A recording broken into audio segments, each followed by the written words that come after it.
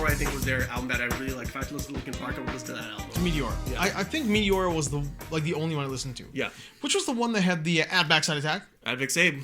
Which was the one that we're okay, yeah. The one that had the remixes. It had all the the hip hop and the metal. They all came in like did remixes of the Linkin Park tracks. Oh, was that with Jay-Z?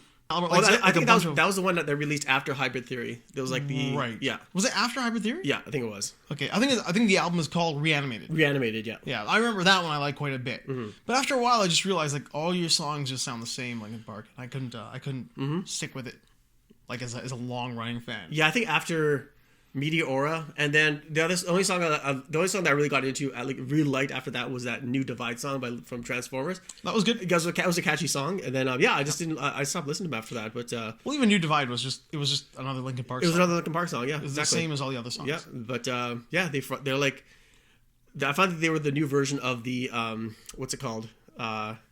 AC/DC, where they found a sound, and they just stuck with it. Yeah. They found and they were successful. Yeah, a sound that hit. Yeah, an earwormy kind of a click. It was like just like kind of electronic mixed with hip hop, mixed with rock and heavy metal, just much like AC/DC. Yeah, electronic hip hop. Yep. Yeah, just like hardcore. Yeah, I love that remix that AC/DC did to Jay-Z. That was rad too. No, but I'm okay with it. I mean, like, it's for somebody. Like, I like AC/DC. Yeah, like I know it's not for everybody. Yeah, they had a huge fun. I think more so than their sound is what Chester sang about. Well, I think a lot of people could resonate with. I saw a lot of stuff like what his being in his room, mad at his parents. Yeah, just being fucked up and just in his room. Yeah, like the shit I heard from stories. I was doing some research back this a little while ago. Yeah. Oh, like actual research. Yeah, the stuff like he actually like stuff that Mike Shinoda was talking about, like just how fucked up he would get, and like even before he met him and stuff, and how like it was pretty like I'm not like it was sad when he passed away, right? Because you don't see like he's one of the biggest musicians in the world, and at the time of his passing he was huge. Yeah, and just iconic voice, I think for sure. Yeah, you're listening to Linkin Park. Oh yeah. And so but it was just the stories that I read, and then what Mike was talking about. You saw on the Howard Stern show. He was just on there recently. And it was just like, holy shit, this guy had problems. Yeah. Well, I mean, that's a lot of what we don't see behind the scenes, right? Like there are a lot of those guys out there who've got real psychological trauma, and they're singing about it, and all their songs might be the same. Hey, there it is. That's nice behind the back. It might be the same sound to us. Like I always thought of Linkin Park as every song was about like fuck you mom, fuck you dad. I'm in my room, I'm drawing. Yeah, I'll do some meth, but then I'll get better and write a song. But like every song was that. Like you can't tell me what to do. And then it's like you just do the same thing you're always doing. But like we don't know what's going on in his life. We have no idea what his reality is. Yeah, and I think I've come to like terms with that. Or kids like him. Right? Yeah, exactly. And I think that's what drew a lot of people to their music is like a lot about because people even say like if you like if I was watching some YouTube videos of like people just reacting to some of their songs and they're like it helped me get through a lot of dark times. Right. Yeah. I can see it because they can it brings like it humanizes like them. They're like, you know what, everyone has problems. It humanizes. It destigmatizes. Like it takes a lot of the pain that certain kids might be feeling, and then it's out there in the world, so they're not alone in feeling that way. Yeah, and I think a lot of people say, like, you know what, I can't articulate how I'm feeling, but the way he sings it is, like, I couldn't word it any better. Like, I'm looking for the words to describe how I feel, and I'm like, if I could just tell my parents, or like my friends or whatever, if I'm going through something, I'm like, read these lyrics. This is what I'm going through. Read this. Yeah. Fuck you, mom. Read this. Yeah. Fuck you, mom. Yeah. Read this. Yeah. The guy was like, Jester was really fucked up, but. Yep. I mean, you can't deny there was a lot of musical talent there too. Like the songs they did that with that one Reanimated, but the album that was all the remixes of.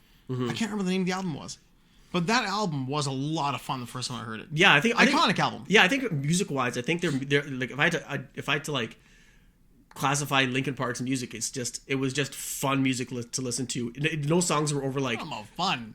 No, dark shit. No, I'm talking like just their music, just like it was had like, a great hook. Yeah, great hook. Yeah. They had great hooks. They weren't long. There was no song over 5 minutes. They're just like they packed so much music into like 3.5 minutes of a song. Yeah. Which is rare. Yeah, no, they really nailed a sweet spot sound. Yeah, right? it was like intro, chorus, breakdown, or Chester screaming, and then a lyric, chorus, end. Yeah, just 3.5 minutes. Right, like, that's it. And they just follow that formula, and And it really worked for them. Yeah. Yeah, for sure, right? Yeah, I mean, it wasn't like emo, where emo got really annoying because every single band... That's the thing, like, in emo music, every band sounded the same. Yeah. Whereas Linkin Park sounded like Linkin Park. Yeah, Korn sounded like Korn. Yeah, exactly. They had a sound. Yeah, they had a sound. Other people might have ripped them off, but those bands didn't really last that long. No, exactly. So people who sound like them try to copy them. I think that's the same for a lot of bands, like Nickelback. In the early 2000s, that sound was like Nickelback, Rake, like all those bands. They all sound the same. Yeah. Who's another one? What's that one band that sounds like U2? That big band. Mumford & Sons? No. Coldplay? Yeah, there's ones. Yeah, Coldplay does not have a sound. They try to sound like U2. I'll tell you what. That's their sound. I was up until like what was the one that came out about 7 or 8 years ago? Fuck, that was like in soccer and shit. Up until then, I had every Coldplay album. XXXY. Oh, really? And you know what? They were all good. I thought they were all decent. They all had good sound. I have no shame admitting that. That's fine. Some people fucking love Nickelback. I like the people. I've met them a few times. They're good homies. Not really my thing. But Coldplay, I actually didn't hate on them the way everybody else hated on that thing, that YouTube and that Mumford, not YouTube, U2, that Mumford's and Coldplay sound. Yeah. Like, I didn't really hate on that thing until, like, the most recent albums, which all do kind of sound the same. They've de-evolved into that sound. Yeah, I'd rather listen to new Mumford & Sons than listen to new U2. I'll say that, though. That's rough, man, because, like, Mumford & Sons blows. Yeah. Like, that's a shit band right there. Yeah, I think they're just... I can't listen to them anymore, but... Were you ever... You mean U2, or... For U2? Yeah. I was a huge U2 fan. Oh, I think growing up, our generation. Yeah, our generation. Massive U2 fan. There are generation. I liked their albums, like, up until Achtung Baby and the album after that one. That's when I was like, after that one, I was like, you know what? I'm not, I can't listen to them anymore. They're just like, it's just, the music is not, like, it's not inventive anymore. Like, the album Achtung Baby was just like, that was their magnum opus, I think. Oh, it's so rad. It's so good. That, like, Achtung Baby. Yeah. That's the album that if you don't follow U2 and you're not a fan of U2, in your head, when you're trying to explain to somebody a U2 song, that's what you're trying to explain. Yeah. It's that album is that what you're trying to tell people. Yeah, I think that's where they made the major shift into their sound. Right. Where it's like, that, like, holy shit, this is a new U2. Like, I love this. It wasn't Boy. Yeah, exactly. And exactly. It was just, it wasn't War. It wasn't anything. It was just like, they're like, you know what, this is our song. We're going to enter the 90s as a new band, basically. But then every album afterwards is different. And then every album was after that. I was just like, this is just, I couldn't listen to it. I'm like, this is just not for me anymore. I don't think after Achtung Baby. I think it was after the Elevation tour. After the Elevation tour. That's after that, I was like, you know what, I think we hit a wall here, and we all have to just stop. Yeah, I think they were just making music for the sake of making music. Right. They weren't making the music they like to make. I think they were just making music to make money. Yeah. And well, maybe not money, but there was no passion.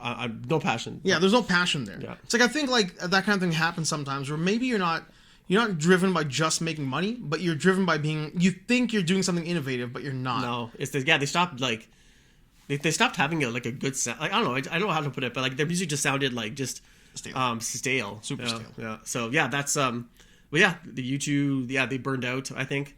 I know why Bono wears those glasses now. Because he literally does have an eye problem. Yeah. And but yeah, I don't find like their music just, they don't really, I don't think they really want to make the music they want to make. Right. They evolve their sound at the risk of losing fans or whatever. And I think that a perfect example of that is Depeche Mode, where like they continue to make the music they want to make, and the masses still come. Yes. And so I'm glad you brought that up. Yeah, but yeah, I don't know. That was on the list of notes. How do you feel about the news? Yeah, I was surprised. I was surprised that they didn't announce it like before on their tour list, because when they came here last time, it was a packed house. Yeah, they rocked it. The drummer was wearing an Oilers jersey. I think it was just they were wearing it so so Dave Gahan could be like, "Hey, welcome, Edmonton." What was the Steven Tyler one? Hello, Cleveland! Yeah. Hey, Steven, we're in Springfield. What? Yeah, the Simpsons episode, yeah. He didn't care. Are you ready to rock? You ready to rock? You don't care what name I say. I'll say a name, you'll still cheer. Yeah. So, yeah, it's, I'm glad. Pre-sale goes up on the 21st in Edmonton, so, yeah, I'll be buying tickets for sure. Oh, for sure. I mean, that's, I think I'd be wasting that one. For real. I mean, not that I don't like Depeche Mode, and I appreciate the ask there, but I feel like I would be wasted as a concert goer. What am I doing? I'm doing it wrong. Wolfpack. I'd be wasted as like a Depeche at a Depeche Mode concert. Violator, and that's kind of it for me. Like that's the only track that I probably burned out that CD. I listened to it so much. Yeah, I burned that tape out when it came out. When it came out, 1989, 1990. Yeah. Violator for me is huge. Yeah. Especially, well, how old was I? Oh my god. Oh, we were 14? No, younger than that even. In 1990? 1990, I was 1990. I was 12. You were 12 in 1990. Were we 12 in 1990? Yeah. 1978. God, yeah, man, the memory's starting to go. Yeah, 78 to 90. Yeah, we were 12. Yeah. Oh, yeah, and Lord, I burned that tape out. Yeah. Yeah, just about. Yeah, I remember I had a little cassette and I lost it. And I remember the cassette was great because it was one of the first ones with the liner, like real liner notes in it that I had, where it had like all the notes and the black and white art. Yeah. It was like the white on black art. It was just like rad. It was and everything was red. I really enjoyed it. I couldn't find it, and I grabbed the CD somewhere, like a Kmart or a Zeller's. Yeah, it's like an $8.99 CD because it was like probably mass produced, and they were dropping the price on all that shit. Probably. And it was one of those CDs I played and I played and I played, and I just without the case, it was fucking everywhere. I had a Sound Blaster because I remember we bought our first computer and I installed a Sound Blaster CD tray into it, and I just destroyed that CD. Yeah, it was great though. Yeah, I think everything I just can't.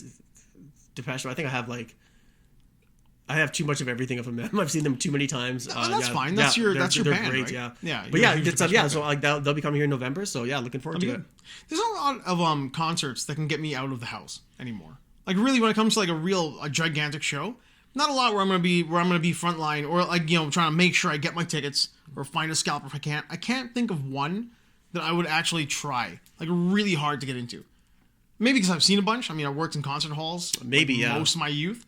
So I've already seen a lot of bands. I've got something for you, and I'll tell you afterwards. But okay. But you'll see it. It's over there. Yeah, I think the one band related. Oh, okay, yeah, thanks, man. I think the only the two bands I want to see live again, actually three, would be Muse would be number one because just the spectacle of it would be great. I think Rage would be awesome if Zach's leg wasn't broken. Yeah, and then we were supposed to go to that concert, but they got canceled. And I think also would be if Massive Attack was playing. Yeah, that would be cool. I mean, you know what? Massive Attack would be pretty great. They're great live. Because I was a big Massive Attack. Yeah, that was crazy. That's actually not bad. I wouldn't mind seeing that. Muse would be good if you can get in there and actually get the concert. Yeah, Muse would be like great because like you could like the music would be great, but the scope and scale of that of the show would be insane. Yeah, I mean, I only saw them when they were like just starting out. Yeah, I mean, kind of. I don't think in the late really 90s, right? Was that when you saw them? No, 2005 or 6. It was at Reds. Maybe 2,000 people in the audience. 2,000, maybe 2,500, and nobody knew who the hell they were. Yeah, it was just the crowd did. The crowd was already like gigantic Muse fans. Yeah, but when they were coming in, the concert promoters like, hey, we got this band coming in. Should need a whole lot of guys. Yeah, like have 3 or 4 guys doing security, 2 or 3 bartenders. It's not that kind of a show. Yeah. So I was like, all right, no big deal. So it's me and one of my other guys working the crowd, the front stage, and another guy working the front door. So I didn't want to have like the boring work the front door gig. So I worked the stage. I thought if somebody else crowd surf, whatever, I'll catch them, no big deal. It wasn't that kind of crowd at all. Me and my guy I was with are with the crowd, just turned out watching the show. Yeah. It was just such a cool experience being in this small venue. And it was during what was it? The not Black Holes and Revelations. The album was All Flying. Absolution? It was the Absolution album. So it was that track, and they played it pretty much beginning to end. Yeah. Was that Absolution or Origins of Symmetry? No, Origins is before that. Yeah, it's Yeah, this is Absolution. Yeah. It was there were some Origins of Symmetry in there as well, but they did Absolution beginning to end. Yeah. And it was just like bananas. You could like thinking back now, I can totally get the rock opera thing they're going for now because that's what they did with 3 guys on a stage. Yeah, a shitty stage. Like Reds was a nice big place, but that stage wasn't great for a rock opera. Yeah, I think like Muse would be like if I had to kin them to like they're a mix of like just like rock, but they had like if I had to like have one band where they kind of like took a lot from would be Queen. I've always thought that for me Muse is like if David Bowie wasn't Queen. Yeah. Like, if David Bowie wasn't Queen, that's what I think Muse would have been like. Yeah. It's like that kind of, hey, we're already great, but let's do some wild shit, too. Yeah, this is some wild shit, like, this is some really wild shit. Yeah, and just a lot of electronics. Yeah. I like that. I like when bands actually mix in with, like, other things that are not, like, associated with their music. Like, if they do, like, more, like, if rock does a lot more electronic. If electronic adds more of, like, a more... natural instruments and stuff like that. Yeah, I think they add on together. Like organic music is fine, like if you just stick to one genre. But like you know what, like add some more like add to what your music is missing or haven't tried yet. So yeah, I mean, it's rare that that's really happened in big numbers too, right? Like maybe S&M is the last time I think it really was like it really took off. Yeah, where you had like this. Hey, we do a lot of great heavy metal, but let's get some strings in there. Let's get a complete orchestra behind us. Yeah, I think let's get Michael. Was it Michael Kamen?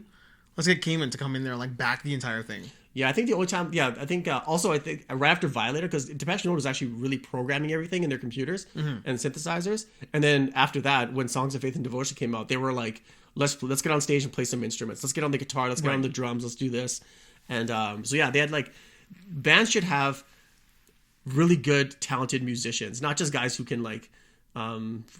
Who are just good at programming and stuff like that. For sure. It's good, like, you know, where guys are like, you know what, I'm multifaceted. I can play the guitar, I can play the drums, I can program, I can do all this stuff, right? And I think... Phil Collins. Yeah, Phil Collins. No, great Phil example. Collins, yeah, exactly. Right? Genesis, great example. Yeah. Mm-hmm. Yeah.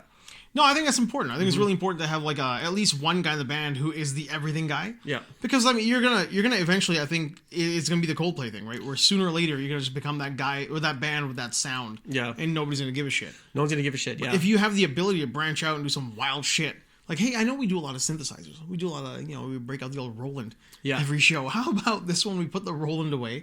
You play a fucking piano. Yeah. And then I'll play guitars, and old Mikey in the back does drums like he's supposed to. Yeah. And you just do some live wild stuff. Like when you see the Gorillas live. Oh, yeah. Like, how fun is that when you see Albarn out front? You're like, oh, yes, he's actually playing the character, and we're going to see them live on Letterman. And your kind of mind is blown a little bit. Yeah, Gorillas is awesome. I love great. Yeah. I love the Gorillas. So, speaking of seeing things on YouTube, or looking at things, it's a terrible segue. You just basically showed me something on YouTube about Bennington. I'm segueing from 17 minutes ago. Mm-hmm. Did you watch the trailer for The Flash? Yes. Yeah? And what do you think about it? What are your views? Because I have plenty. I want to see it because but I haven't seen any of the DCU movies at all.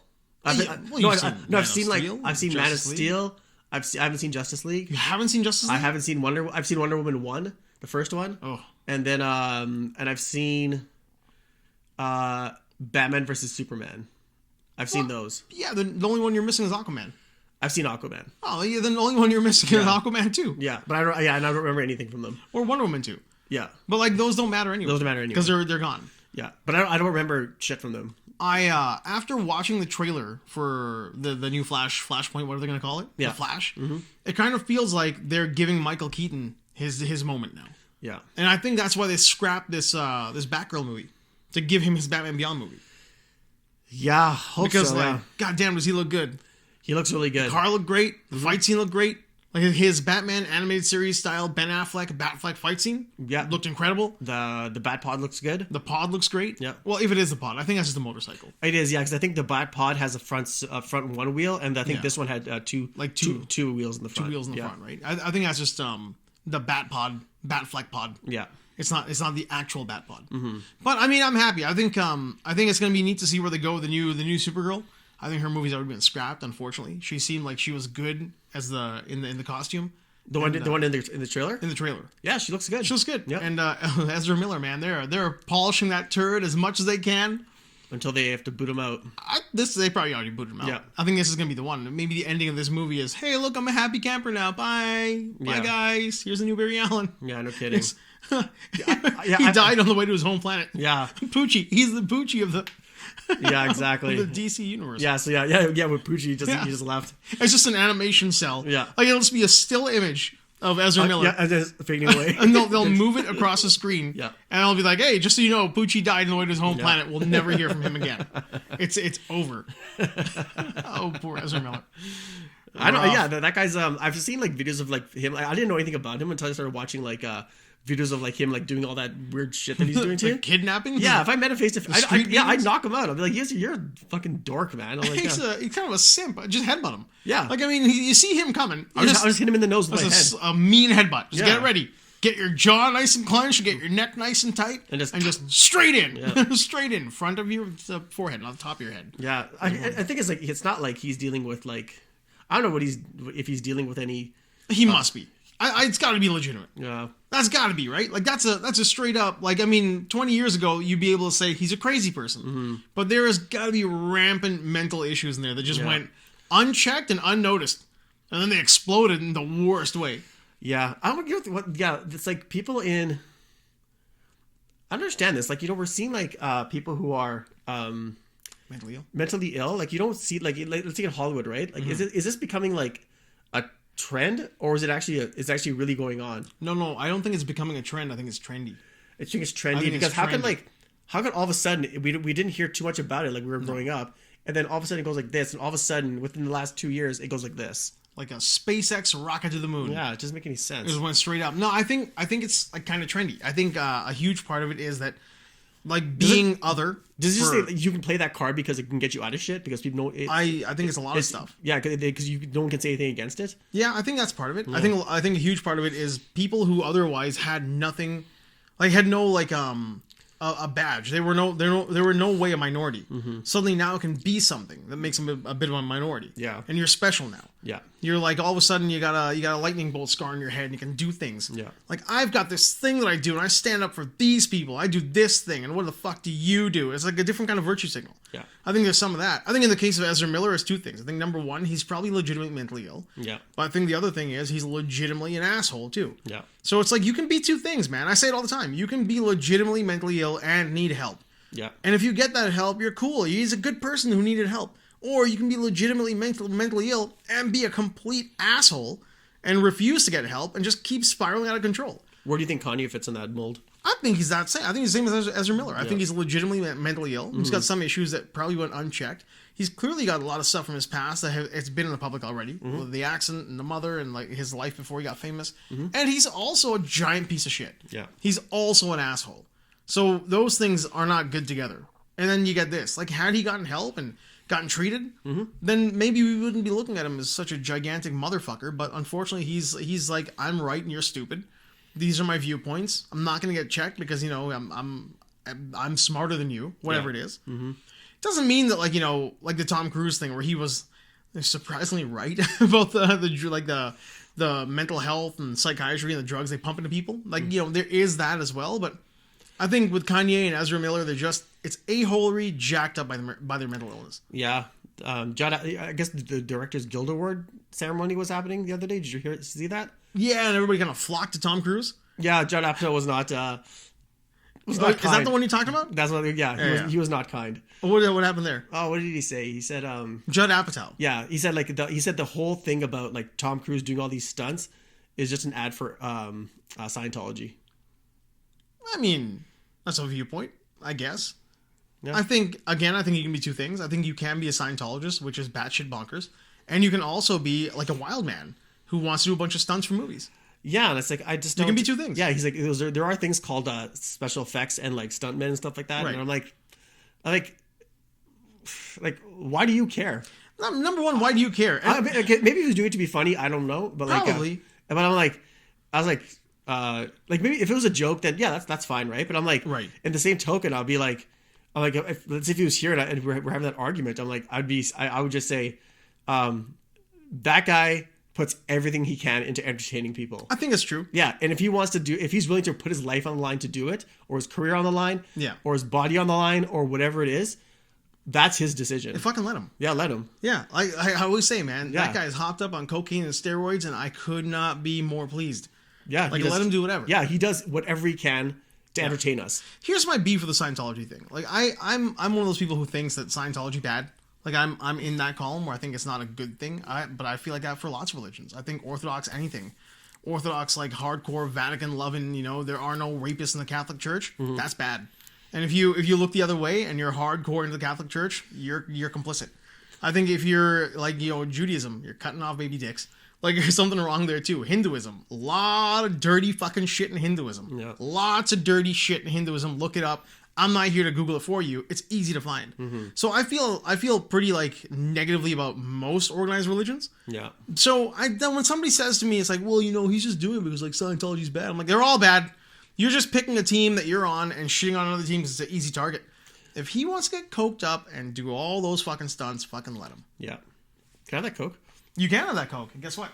It's a cherry Coke. Yes. And it's probably very cool because it was right against the wall. It's All right. an outside wall. I might as well... Oh, great sound out of that thing. There you go. I want to put it right by the I microphone. thought you were going to shotgun it.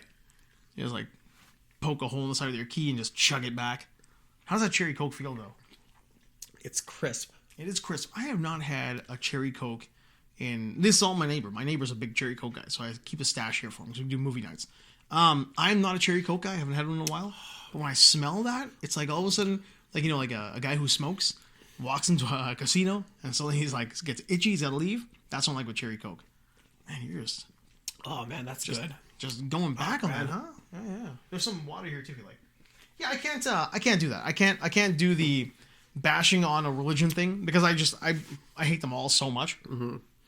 Yeah, But I don't know. I'm just like, if he was doing for a joke, that's fine. But I'm like, but he was making fun of himself too. He's like, so Mike goes like some of the movies I released this year were absolute garbage. What's the last good movie that guy's made? I like Apatow's made some real bangers, like real hits. Yep. But like, what's the last good? He's turned into the U2. Yeah. He's U2 of comedy directors now. Yeah, exactly. Like You're making a bunch of shit. Yeah. Oh no, another John Apatow movie. Yeah. And It's not like a Spike Lee joint. Like Spike Lee, like every Spike Lee joint, like it's a joint. Yeah. What kind of crazy is he gonna give me now? Yeah, exactly. Quentin Tarantino. What am I gonna see now? Yep. Yeah, exactly. John Apatow. Like your last movie was delegated to Netflix. Right. And there's and then Tom Cruise. I would say him and James Cameron saved Hollywood this year. I think so. Yeah. Well, look, I wouldn't go as far as to be like, you know, they saved Hollywood. No, in the sense, no, that's like that's a broad term. But It's a broad you know term. what? They're like they brought a lot of the masses back to Hollywood. They put asses back. Yeah, in the they put seats. asses back in the seats. Absolutely. Yeah. They definitely did. Like, Yeah. I mean, I think With sequels. yeah, with sequels, right? When's the last time that happened with a sequel? Never. I mean, Maybe like Future 2? like Star Wars or something like that, but like Star like Wars? all the other those kind of garbage movies, but like Right. or the Marvel movies because they just pump them out because they're not for They're quality. not even but- sequels though. Yeah, they're just part of this complex where Yeah. they're just churning out movies like it's like a factory. I kind of feel like with the Marvel movies, it's basically like one long ass TV series. Yeah. Like it's a 10-year like faceted, Yeah. gigantic arcs. Different Lego pieces fit in and make this whole. Yeah. They're not even like Winter Soldier was not a sequel to Captain America. No. You know, Winter Soldier is an Avengers movie with a Captain America tagline. Yeah, exactly. So Yeah. they didn't even really do sequels. But real sequels, like maybe Star Trek, Star Wars, Back to the Future. Yeah. And Jurassic Park. Yeah. That's kind of it. Yeah. Indiana Jones. Indiana Jones, yeah. I am excited for the next Indiana Jones. You are? I am, because I told you, I bit the bullet and watched Crystal Skull. Yeah. I avoided Crystal Skull from when it came out until the end of last year. I had a month off. I was like late December. I was like, well, what else are you going to watch? What else are you going to watch, you jerk? So I put on Crystal Skull In December? in December. I could give you tons of things to watch. I didn't know what else I was going to watch. I was going through a lot of stuff. I was drawing a lot and reading a lot. So I was like, what was it going to be? So it was Crystal Skull. And Did you watch Castlevania yet? No, I didn't watch Castlevania. I am one of those jerk asses that will. I gave you a long stare. I gave you a long stare. I am one of those jerk asses that's like 5 episodes of a show. That's a lot. But then I'll watch like 6 movies in a row. Yeah. Like, I'm that kind of a guy. No, I have those moments too where I'm just Yeah. like, you know what, I should watch this show. Then all of a sudden I'm like, let's play around it. I'll play around a Halo. I like the risk of the time constraint of a movie more than I like the forced extension of a story Yeah. in a TV series, where it just feels like there's going to be 3 hours of just nothing in the middle of a series, and the beginning was great, and the middle is just garbage. That's why I think I appreciated, and I know I toot this horn a lot, I appreciated The Mandalorian, because every episode was a complete story with a beginning, a middle, like a great action sequence, and a finish, like an end that also continued the story of this like lone wolf and cub thing. Yeah, I find That's why I liked it. Yeah, I think I was watching Andor, and Andor is so good. I can't believe how good it is. I guess maybe because I wasn't expecting that much, but I was like, this is the Star Wars I like. Right. Yeah.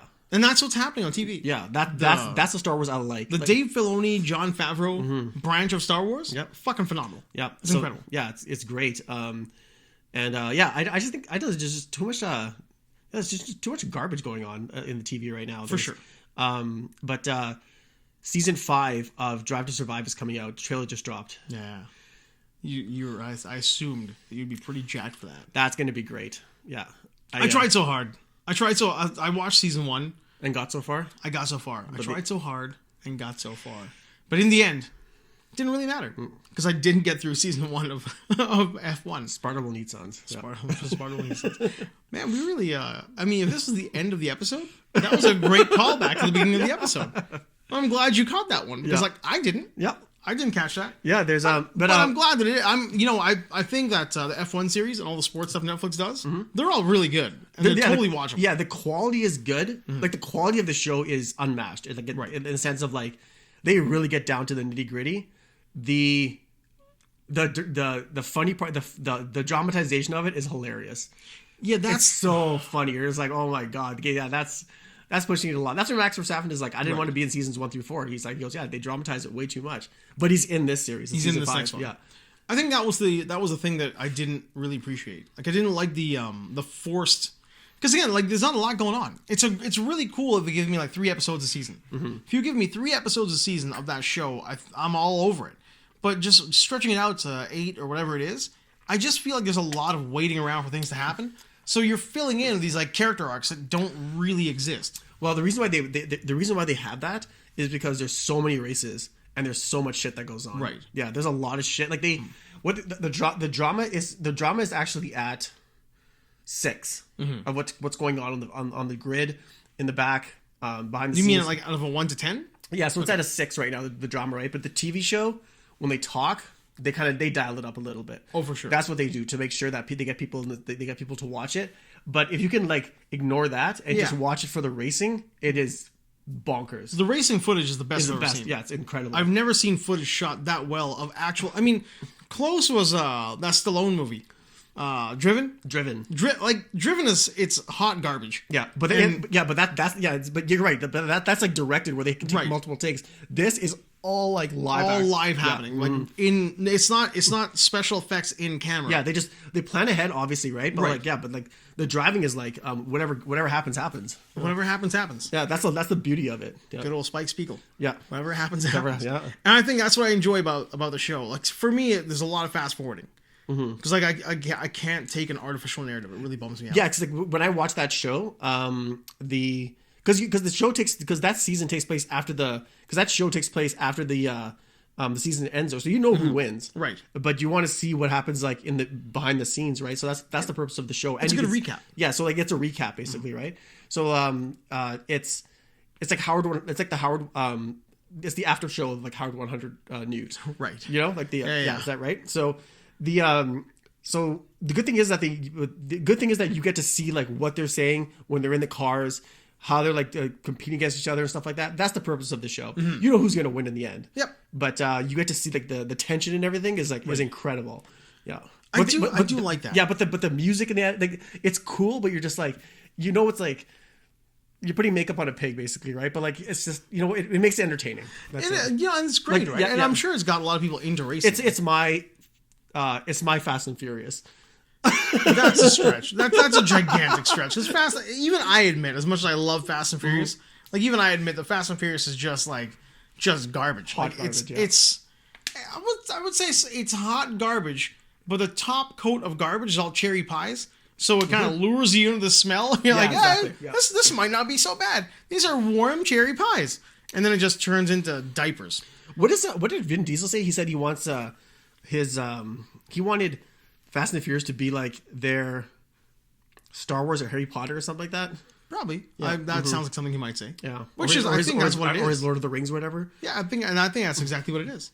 When you look back on Fast and Furious the franchise, there's a definite arc that all the characters go through. Yeah. It's not a gigantic arc. It's not like this. It's not like, you know, this crest that almost it's like touches the sun. It's like this. It's like yeah, it's a very low arc. It's like that. But the one thing I will say about it is it doesn't lie about what it is. No. And it is true to itself and true to its fans. Yeah, exactly. And that's what I appreciate about it. It doesn't, like John Wick, same thing. You know exactly what it is. It doesn't change shit up. It is what it is, and it doesn't lie about what it is. Because you know walking and you know what you're gonna get. You know exactly what you're gonna get. And I remember, what was it? I was reading this thing on today about that YouTuber Critical Drinker. He was talking about that new Marvel's movie that's coming out with all the with the Marvels. Yeah, the those three. Yeah. Oh my god! And it's like it's tough, man. That's a tough sell. Tough sell, man. I remember Kevin Feige like years ago. He said, Captain Marvel will be the new face of the MCU. Gross. And then she won't. She won't. She really won't because she's not. It's not a compelling story. No, not at all. And here's the deal, man. She's not an endearing character at all. At all. And there are lots of endearing female characters in the MCU. Yeah. There are great ones. Like when Pepper Potts had her moment in Endgame with the suit, I was excited for it. Yep. When Marvel had her moment with the fist, the glove, I wasn't excited for it. No. Like they felt forced. Like there were certain characters who we were with for a decade that we were all over, and we were sold, male or female. Mm-hmm. Scarlet Witch, like I don't feel the connection, but Black Widow, when she has her drama, I feel the connection. Mm-hmm. Marvel, I don't feel the connection, but Pepper, I feel the connection. Gamora, I feel a connection. Like there are characters who you have carried with me in through this story, this journey. But then you just try to shoehorn this one in. She's just like, and then you ruin what's his name too, Captain Marvel, the original Captain Marvel. Yep. You kind of ruin his story. I mean, it's just they blew it. So don't tell me that. And I think it's from the writing and producing team and the director of the She-Hulk show. That wasn't great. Yeah, exactly. No, it's from the director. She's directed two movies in her life. Yeah. I can't remember her name is, and then it's the producing team behind She-Hulk. I'll tell you what, that whole thing, because the She-Hulk comic is really good. The comic is great. The one they're kind of pulling this one from, Attorney at Law, that She-Hulk comic is really good. Yeah. And if this ends up just being like a thing that happens like parallel to the Marvel Universe, like it's just kind of, it's over there, but none of it is canon. Like it's just, hey, we just had fun with it. We introduce you a character, here she is, it's all jokey, it's all fun. Hulk doesn't remember the scar shit. Hulk or She-Hulk doesn't remember any of the show, really. We don't talk about it. Daredevil's back, whatever. Yeah. It's just like a loose canon. I'm okay with it. But I don't think that's what they're going for. They're going for like, we're wild now. Look at us. We're zany. We do zany shit. We're kooky. Yeah. I'm quirky. They're going to twerk and everything. They're going to twerk and shit. Yeah. It's like, I don't need that. No. I don't need you to no one's asking for it. If you have to explain to me that you're quirky, hey, look at us. We're quirky. It's like, you're not quirky. I think there was that interview with Brie Larson. The guy's like, hey, so looking forward to this playing Captain Marvel. Then she looked at him. She's like, I don't know, because I haven't heard anything. She's like, does anybody want me to play that character anymore? Does anybody want me to keep doing it? She's like, I don't know. No, nobody does. Nobody does. It's because you were great, and then one movie made you awful. Yeah. Remember when everybody was on board with her? Like, she was really good. The Craig Ferguson interviews, she was super fun. Scott Pilgrim, she was Room. She was great in King Kong. She was so good in everything. And she was in was she in Kiss Kiss Bang Bang? Or no, the other one? That detective movie. Monahan. Yeah, no. Who's the other dark detective movie? That comedy. Who's she? You mean the other? The Nice Guys there? The Nice Guys, yeah. Was she in that? I can't remember. I can't remember if that was her or not. It might have been. I can't remember if that was her. Nice Guys is phenomenal though. Yeah. Oh, sorry, keep going. Yep. Yeah, you tell them when you get to the ER, you tell me you got a spiral fracture. It's like, oh, what? the sounds that come out of Ryan Gosling in that movie. When he punches the glass, and he just rips his hand to shreds. A little squeal when his arm breaks. The Nice Guys is so good. Yeah, if that's one movie, like if you haven't seen it, definitely go watch that movie. Movies like that need to make a big comeback. I would take way less of the DCU, the MCU, and superhero shit. I will take more of like really well written noir, really well written like cinema crime noir. Yeah, I would love to see more shit like that. I'll tell you what. Give me one more. Just give me one more Who Framed Roger Rabbit. Yes. Really well written. I just watched that the other day again. It's so good. Yeah, it's a great movie. And it is legitimate noir storytelling. Yeah. It's got some zany characters in it. Yep. But it's legitimate noir storytelling. I will take one more of those before I take a dozen more of anything else. Oh, yeah, for sure. I'm just kind of burnt. I think everybody's finally kind of burnt out on the genre. The big roller coaster. Martin Scorsese was right. Genre, like it's over. Yeah. Do you think what do you think of the James Gunn moving to DCU moving forward? What do you think of those movies that he announced? I'm a big James Gunn fan. I feel like it's 5 years too late because I've always kind of said that James Gunn. Now, this is one of those things I say over and over again. I don't think anybody really knows what I'm talking about, but Jim Starlin, if you watched any of the MCU or any of the DCU, then you know those stories because Jim Starlin made them great. Yes. We talked about that last time. We did. Yeah. Thanos, Darkseid, all those characters, all the darkness that you enjoyed from the Snyderverse, all the KG Beast, even the CW, all the shows. are heavily influenced because Jim Starlin made those stories really good. Mm-hmm. Now, Jack Kirby, Stan Lee, they all created it. Schuster, they created Superman. They created those characters. Jim Starlin made these stories great, and those are the ones we're watching right now. Yeah. And James Gunn is basically that guy for Marvel and for DC. Yeah. In the movie universes. Mm-hmm. And I thought that once that whole firing thing happened, because he sent some tweet about, like shitting in a bed or whatever the fuck, I don't know. I can't remember what it was.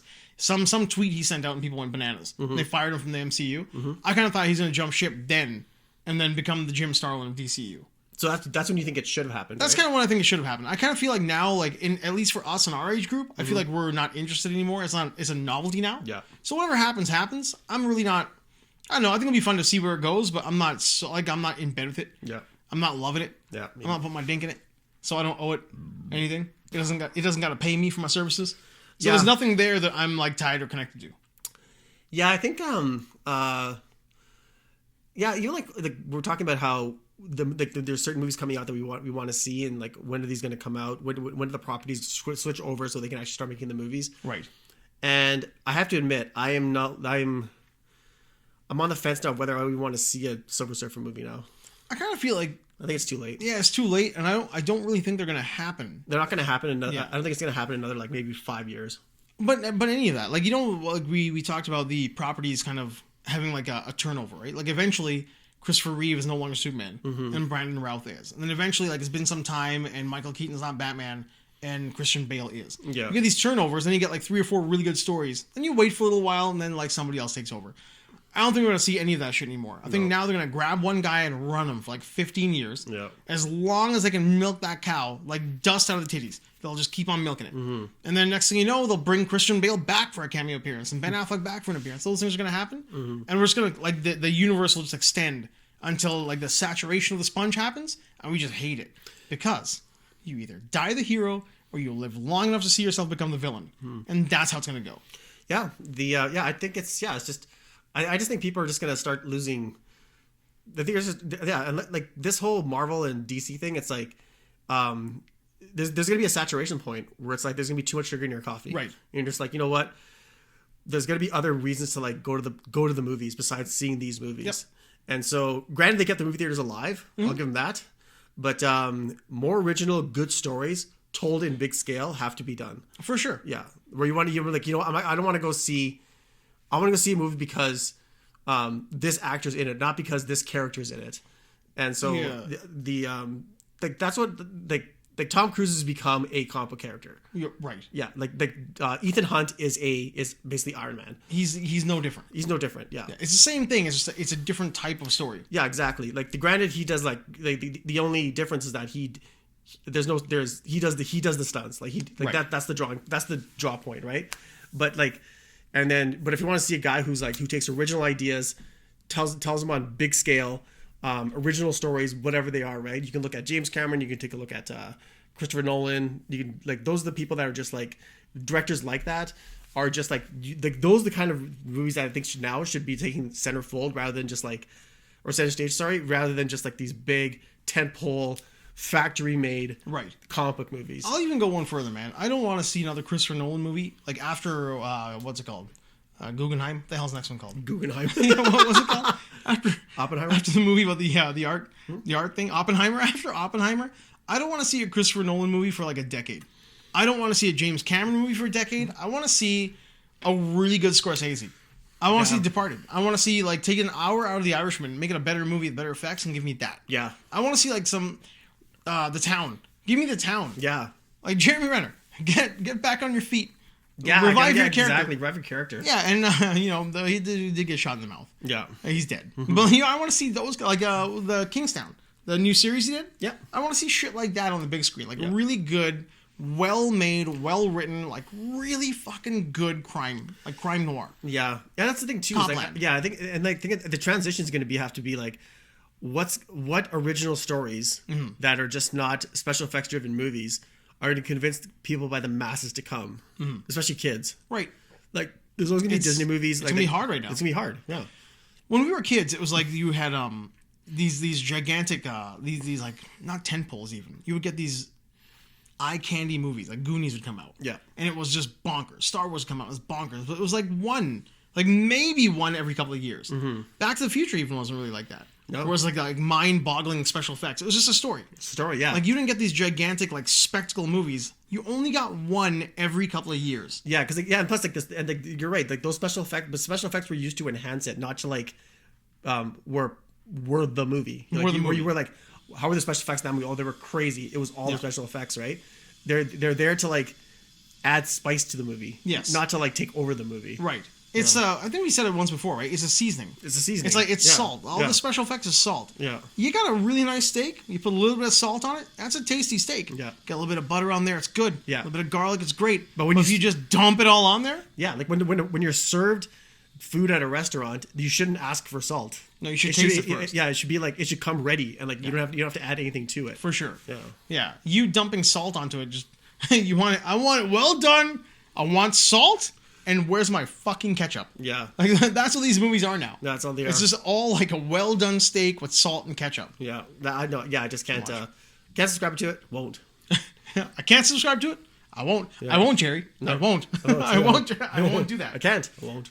Oh, so I can't. Won't. You hear about the Roald Dahl thing? No. So I don't know how much is going to happen. It is happening. Roald Dahl would mention that Augustus Gloop was enormously fat. Or he would say it was a gigantic terrorist terrorizing a large black tractor terrorizing the ground.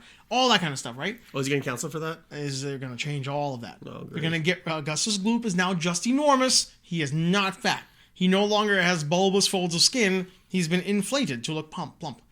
So they're going to change all that stuff. Which makes me wonder, like this is the first time I really got into it because I had that the 16-book series sitting in my Amazon cart there. So I was going to wait until the kids got old enough because I'm like, I'll just fucking buy that.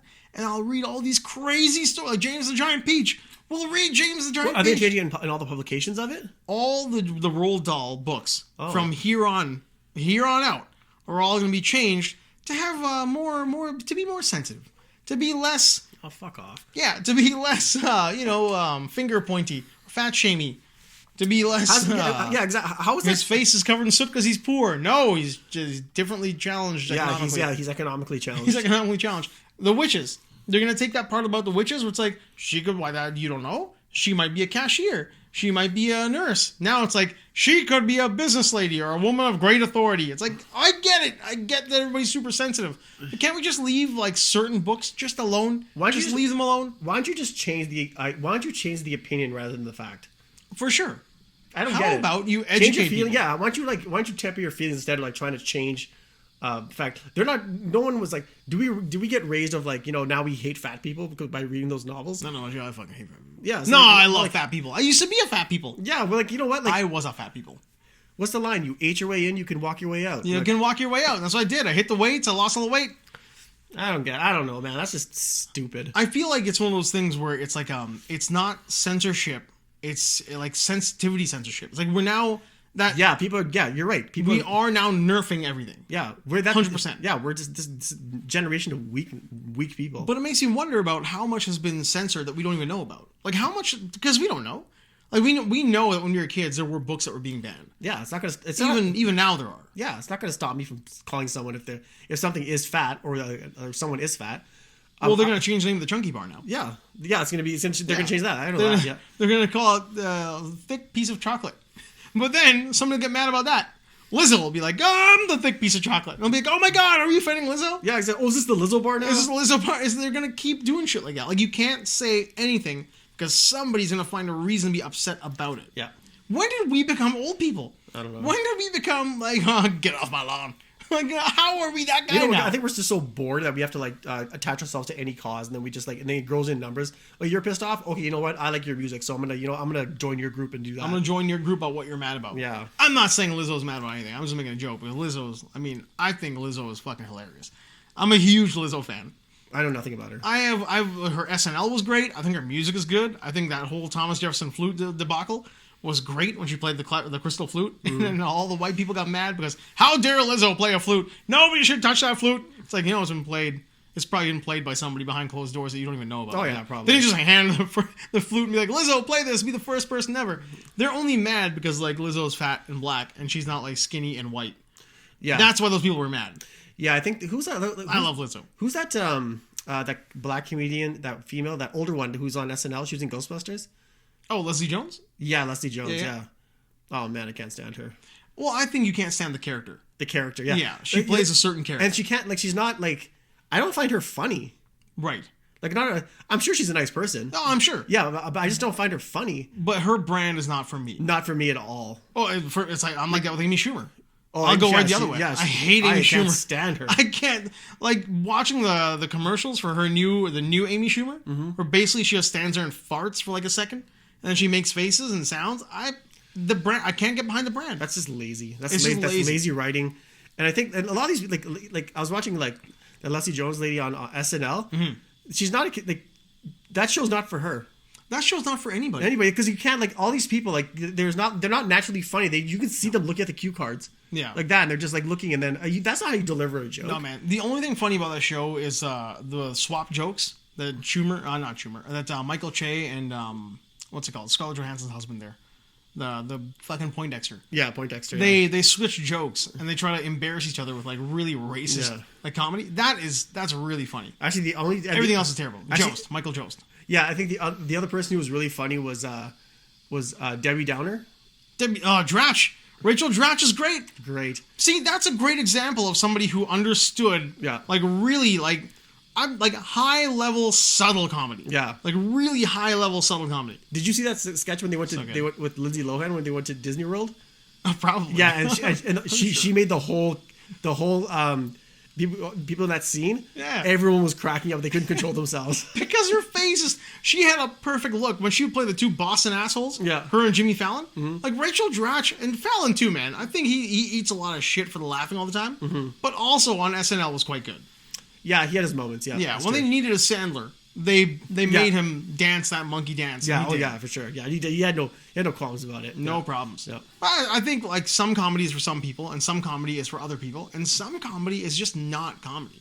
It's forced, like forced, shoved in your like the last few Judd Apatow movies. Yeah, exactly. Not great. Judd Apatow. Yeah, and he's probably the first one to say it too. Maybe if you hired a Scientologist every now and then, maybe put some cocaine and steroids in his coffee.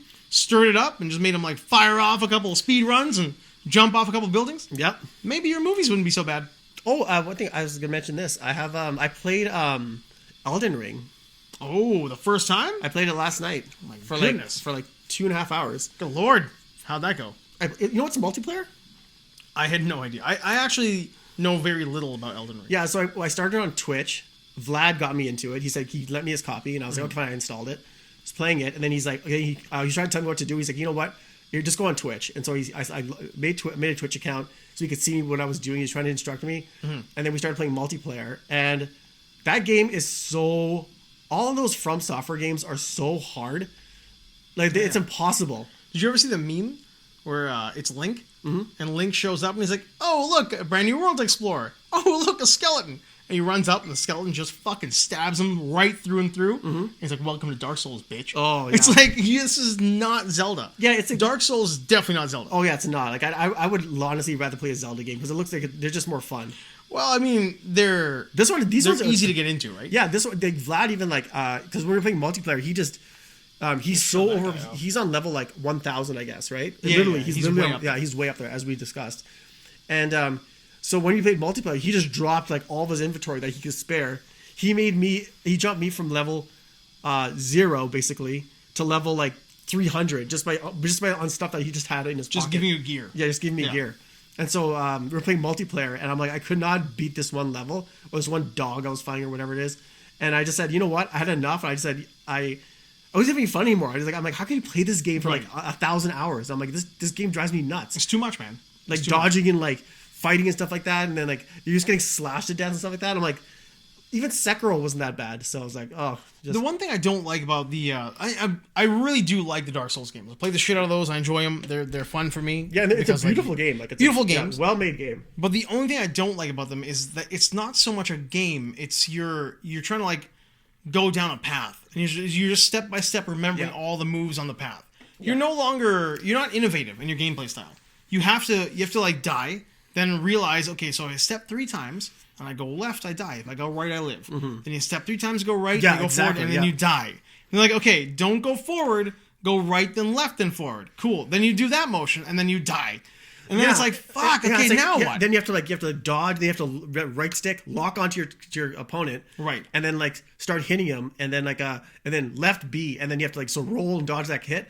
And if you don't, he's gonna slash you 3 times. He does that twice and you're dead. Yep. And so you're like, okay, what the fuck do I do now? It's like every playthrough, you have to have, you're playing sections of perfection. Yeah, you have to be like, okay, what did I do last time that didn't work? Right. And stuff like that, right? But it happens like way too often. And you're just like, it just takes the whole game. It just takes you out of the game. Yeah. So like, yeah, those games are just not like, they're just not for me. I'm like, I need like more. Sad to say, I need more of a simpler game. That was the thing that what happened to me through Horizon Zero Dawn. So I'm one of those guys who I will always play it on the hardest available level from the start. As soon as I start the game, I go to the hardest level, and that's what I do. So I go to ultra hard for Horizon, and I mean, I didn't get out of the first part of the world. The first section of the world was just stealth is best. Don't let them see you.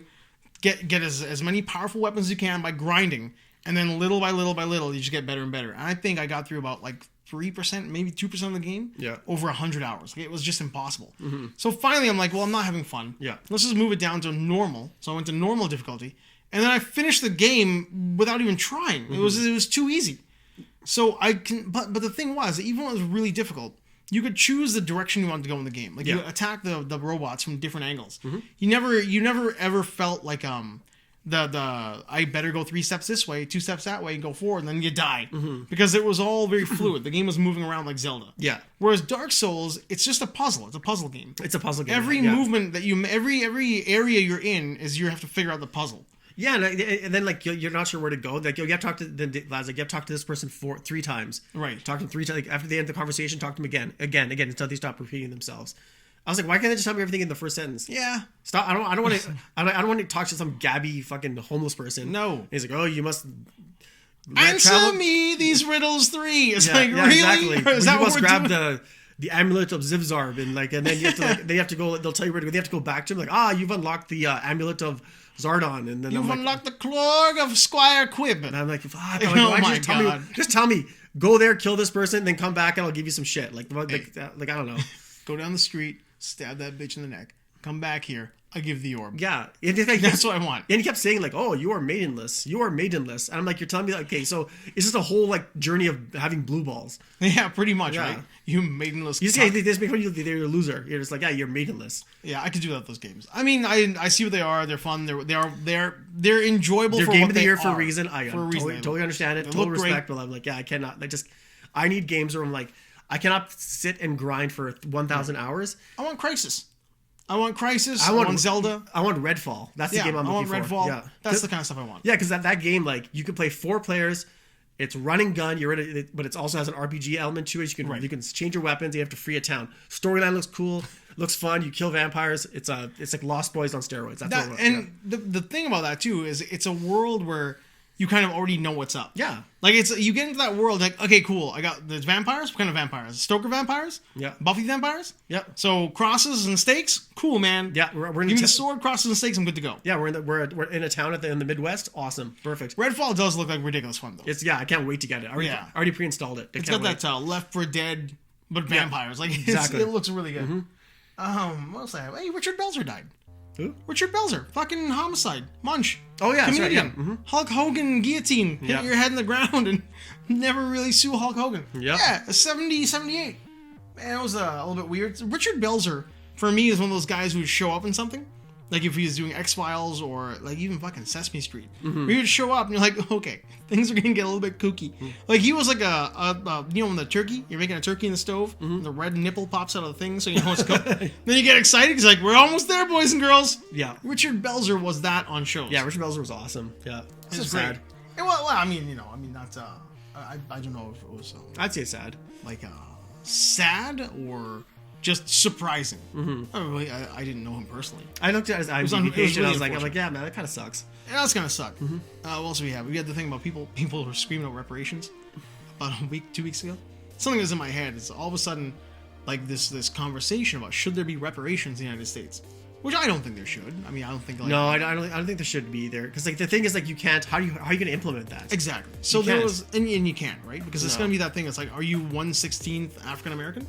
Do you get reparations? Well, but the logistics of it alone are incredible, because like even like even the privileged white people who say like, oh, you know what, we believe in like there should be reparations. I'm like, okay, what are you willing to give up for that? What are you gonna give up?